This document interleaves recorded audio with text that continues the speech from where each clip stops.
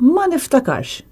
Dik kienet ir-risposta ta' Konrad Mizzi meta mistoqsi jekk Nexia BT li malli sar Ministru enuh jiftaħ il-kumpanija sigrita fil-Panama kienux enuh ukoll fl-għażla ta' Vitals Global Healthcare li kienu ħadu f'idejhom 3 sptarijiet pubbliċi Maltin. Were Nexia BT on the selection committee? I wouldn't recall who was on the selection committee.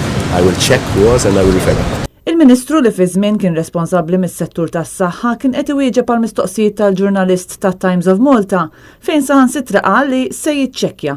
Madankollu meta l-ġurnalist spjegalu li meta kien talab l-informazzjoni fuq bażi ta' dritt għall-informazzjoni baqa' ma natax dettalji. Il-Ministru għat-Turiżmu baqa' jinsisti li ma setax jiftakar. Onestament ma niftakarx it's been 2015 so ma nafx. Naf li selection committee kien kbir ħafna. Tweġibiet li jkomplu jixħtu del l-iswed fuq dan id-deal ta' Konrad Mizzi.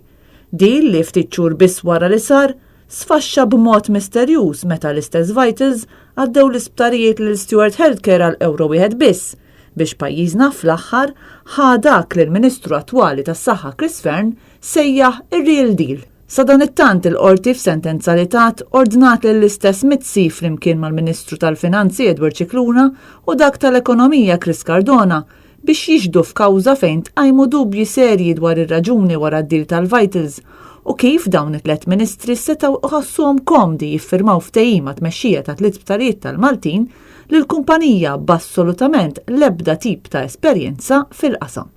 Deal li sewa ħafna miljuni lil Maltin għal xejn.